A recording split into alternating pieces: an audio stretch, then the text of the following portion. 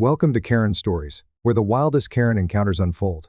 Get ready for hilarious, unbelievable, and shocking moments as Karens make the most outrageous demands. Don't forget to like, subscribe, and hit the notification bell to never miss a crazy story. Let's dive in. I knew something was wrong the moment I felt her eyes burning into the back of my head. You know that sensation? When someone is watching you so intensely, so unrelentingly, that the hairs on your arms stand up like soldiers at attention? Yeah. That was me. I was sitting on a bench at the park, sketchpad balanced on my lap, pencil gliding across the page in quick, fluid strokes.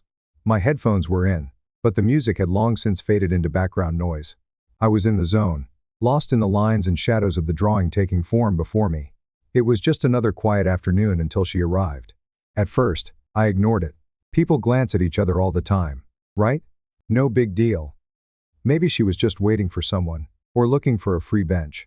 But the longer it went on, the more my stomach twisted into tight, uncomfortable knots. I shifted slightly, adjusting my hoodie, hoping she'd take the hint and move along. But no. She didn't just keep staring, she started moving.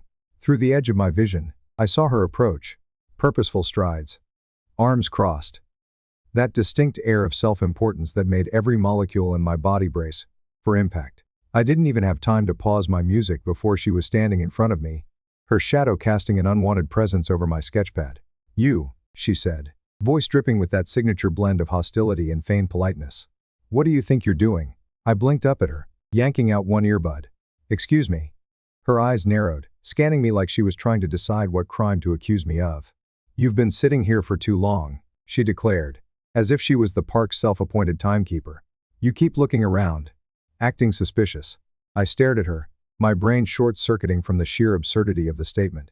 Acting suspicious. I was drawing. Literally just drawing. What did she think I was doing? Planning a bank heist in the middle of a public park armed with nothing but a mechanical pencil and a sketchbook? "I'm just sketching," I said, flipping my sketchpad toward her in case she needed further proof that I wasn't some criminal mastermind lurking in the bushes. "See?"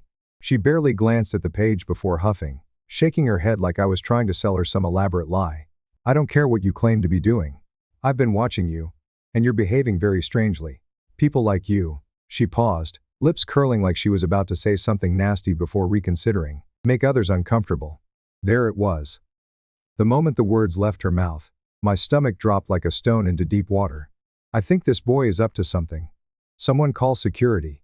For a second, I thought I had misheard her. That somehow, my brain had twisted her words into something far more absurd than what she actually said. But no. The look on her face, eyes wide with exaggerated horror, mouth slightly agape like she had just uncovered some great crime, told me she meant every single word. A few heads turned.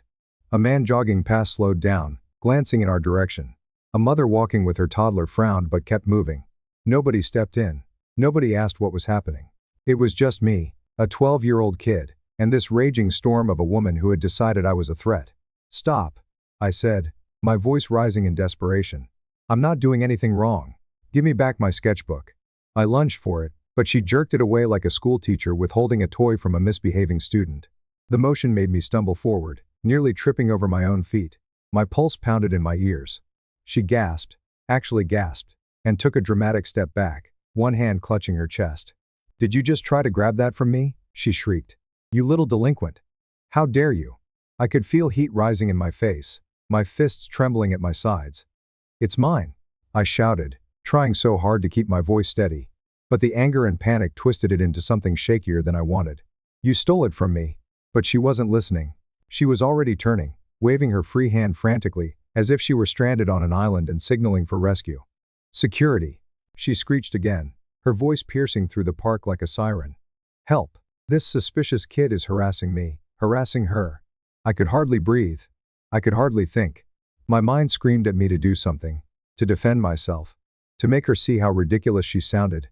But I knew, that nothing I said would matter, because she wasn't just accusing me of anything. She was accusing a black kid of being dangerous. And I'd seen too many videos, read too many stories to believe this would end well for me. A security guard was already making his way toward us, his expression a mix of confusion and cautious authority. He wasn't running, not yet, but his steps were quick, purposeful. My breath caught in my throat as I imagined the worst. Karen saw him coming and turned up the theatrics to 11. "Thank goodness you're here." she said, her voice quivering like she was barely holding it together. This boy, he's been sitting here for hours, lurking, acting suspicious, and then he tried to attack me when I confronted him. He grabbed at me. I'm scared for my safety. Every word that left her mouth was a dagger sinking into my chest.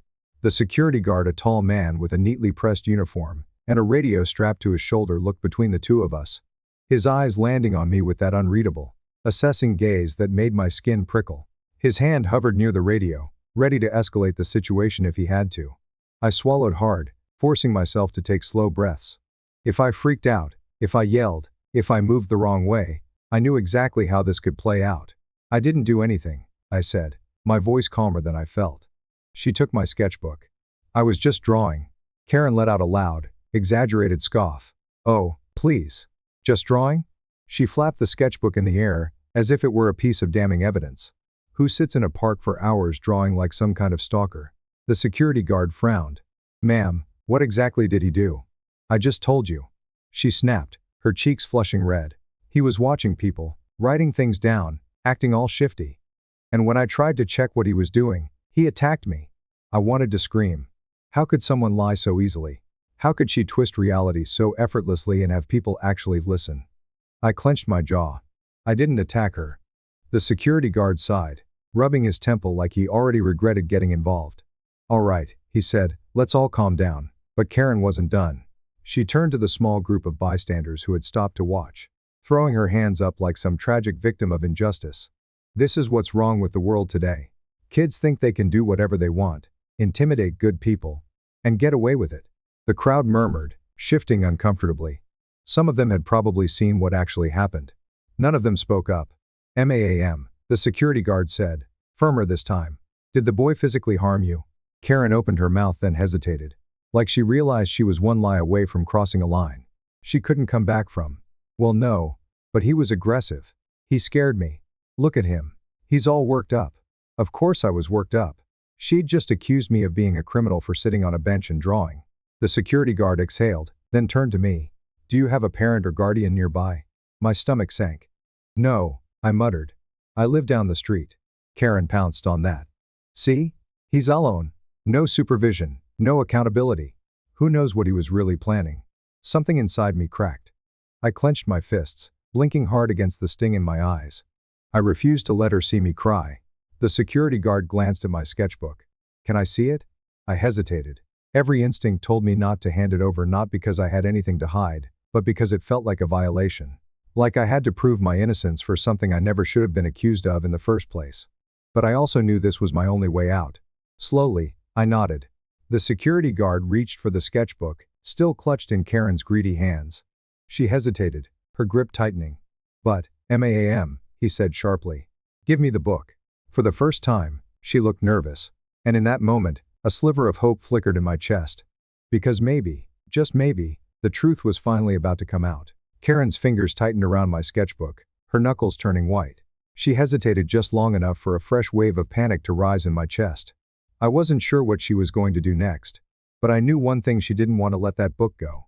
The security guard stood firm, his hand outstretched. "Ma'am," he said, his voice edged with warning. "I need to see the sketchbook. Now." Karen's lips pressed into a thin line. She looked around, eyes darting between the people who had started to gather, their murmurs growing louder. For the first time, I saw something flicker in her expression: uncertainty. Maybe even fear. She was realizing she had pushed too far, that she wasn't controlling the narrative anymore. Still, she wasn't backing down. "Not yet.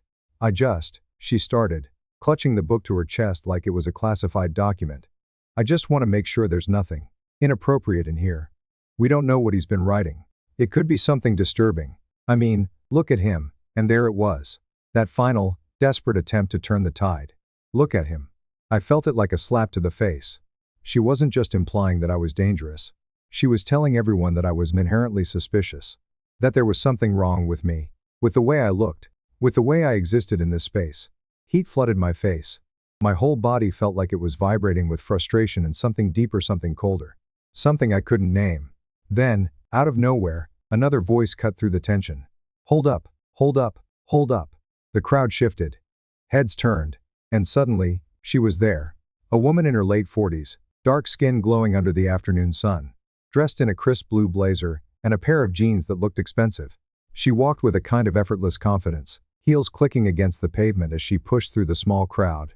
Her expression was sharp, her mouth set in a line of pure disbelief. She stopped just a few feet away from Karen, folded her arms, and let out a dry, humorless laugh. "Now what kind of mess is this?" she said, shaking her head. Karen turned toward her, lips parting in surprise, clearly thrown off by the interruption. "Excuse me?" she huffed, trying to regain her footing. "I don't see how this concerns you." "Oh, honey," the woman cut her off, tilting her head. "It concerns me when I walk through this park and see a grown woman stealing from a child while screaming for security like she's starring in some low-budget crime show." "I swear," Karen's entire face twitched. This is not," Karen sputtered, floundering for words. But the woman didn't give her a chance to spin another lie. Instead, she turned to me. Her expression softened, just slightly. "Baby, you all right?" she asked. I nodded, my throat too tight to speak. Her gaze flicked to the security guard, and suddenly, her voice was all business. "Now, I don't know what exactly she told you, but I was sitting right over there this whole time." She pointed toward a shaded bench a few yards away. "And I can tell you exactly what happened." The crowd leaned in. Karen stiffened. "This young man was sitting here, minding his own business, drawing in that sketchbook," the woman continued, nodding toward me. "Then, she pointed a manicured finger at Karen, marched over, snatched it out of his hands, and started flipping through it like she was a damn FBI agent. I swear, I heard someone snort in the crowd." Karen's mouth fell open in outrage. "That is not, don't even." The woman held up a hand, silencing her with an effortless ease that I immediately admired. "I watched you escalate this whole thing, calling this boy suspicious, just because he was sitting here alone. You grabbed his stuff. You started shouting for security when he tried to get it back. You are the one causing the problem here, not him." The security guard shifted uncomfortably. His gaze flicked back to Karen, and I could see at the first hint of doubt. The realization that maybe, just maybe, he had been seconds away from punishing the wrong person. Karen must have sensed it too, because she let out a nervous laugh. "Well, I was only trying to protect people. You never know these days, with all the crime happening. I was just being cautious." "Cautious?" The woman arched an eyebrow. "Honey, you weren't being cautious. You were being racist." The air shifted. Karen froze. The crowd stilled. Someone in the back let out a low whistle. A few murmurs rippled through the people gathered around us. I felt my pulse in my throat. My lungs squeezed. Because she said it. She actually said it. Karen's face drained of color. "How dare you accuse me of?" "I dare," the woman said smoothly. "And judging by how quick you are to get defensive, I'd say I hit the nail on the head." Karen sputtered, looking wildly at the security guard. "Are you seriously just going to let her?" The guard sighed. I saw the exact moment he made his decision. His shoulders squared. His mouth tightened.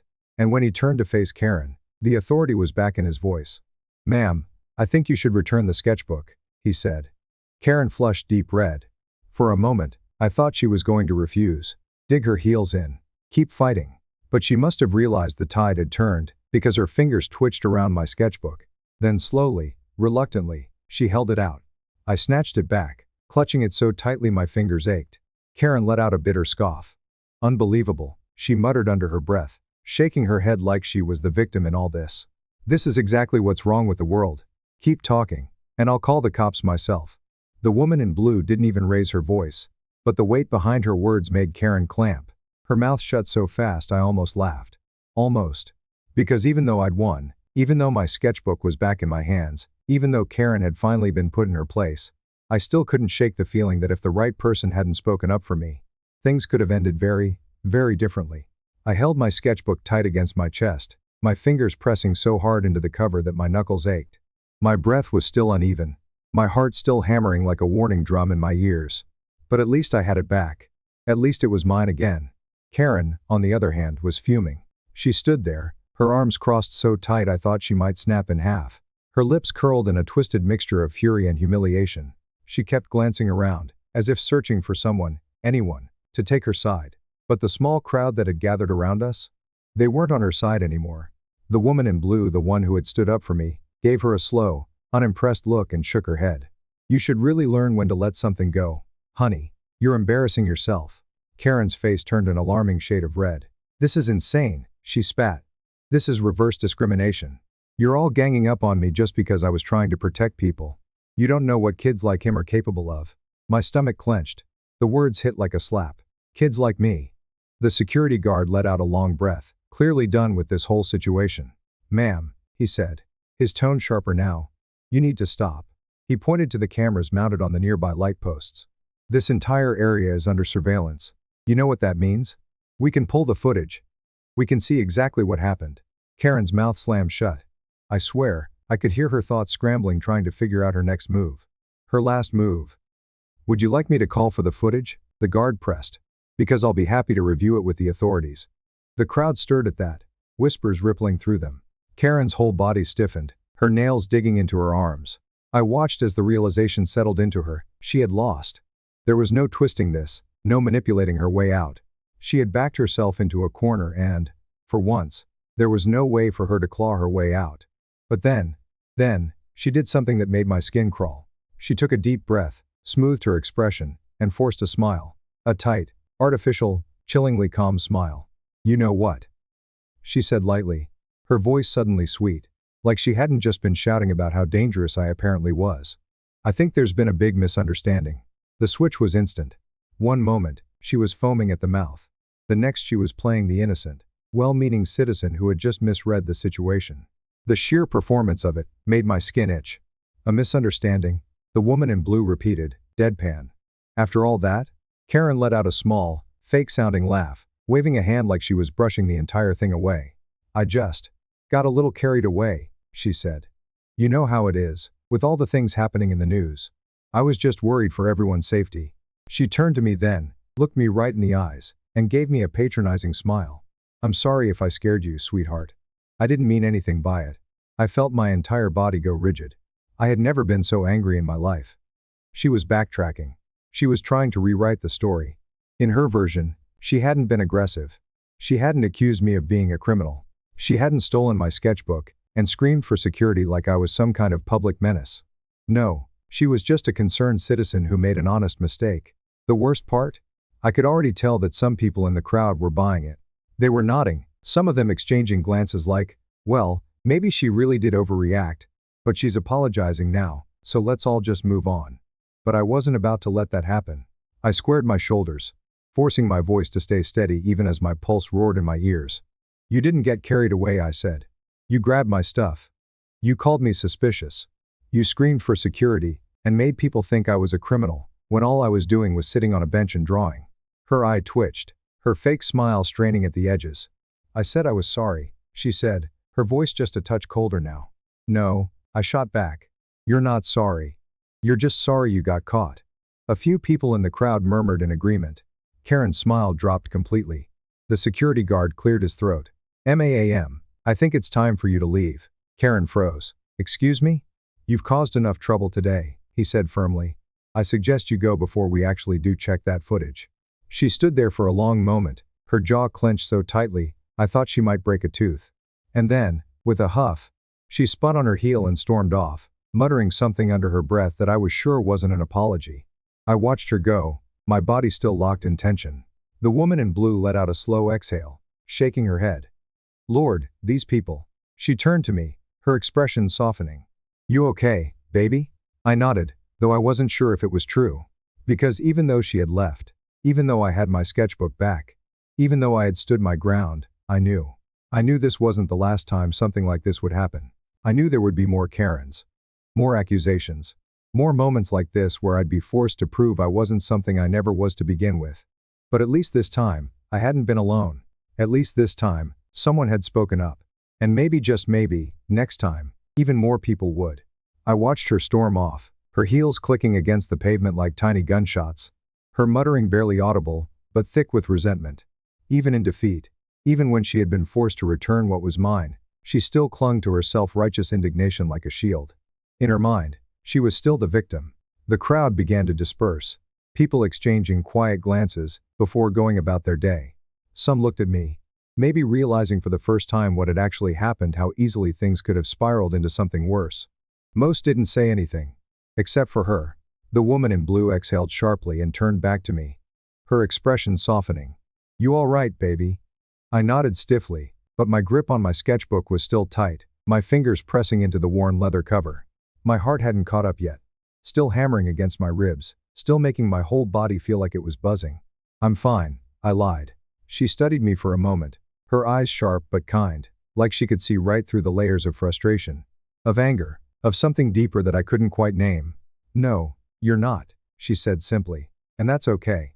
I swallowed hard, forcing the lump in my throat down. The security guard cleared his throat, looking about as uncomfortable as someone who had just realized they almost made a terrible mistake. "Look, kid, He hesitated, running a hand over the back of his neck. "I just want to say, if she ever bothers you again, you come find me. All right?" I didn't answer right away. Because the truth was, Karen wasn't the problem.